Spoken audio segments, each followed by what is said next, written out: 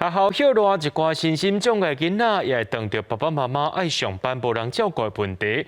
为着要照顾这寡囡仔，家己市伫许多这段期间，举办身心障碍学生教育专班，针对学生的需求规划课程，协助因的生活管理甲功课，卖当培养到因其他的兴趣。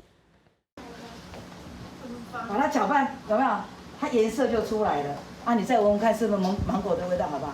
老师喜欢饮料的制作，要来教囡仔认捌市面上一寡饮料的生产过程。家己市伫休热的时阵，配合学校开办特教辅导班。这个课程较无受到这个学期中的课程的这个约束，所以咱会当安排一寡较多元的课程，来互这个囡仔无共款的课程来互囡仔学习。他们着重在视觉跟听觉，那我希望用视觉、听觉，然后用体验操作，让他来学习。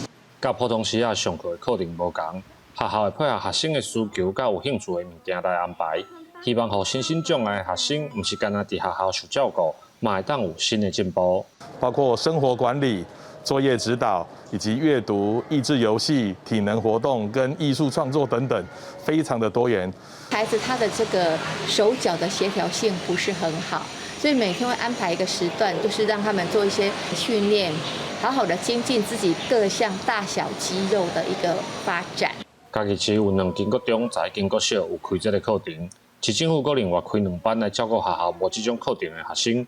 目前已经来上课的身心障碍学生有200多人左右。记者林慧婷，家己报道。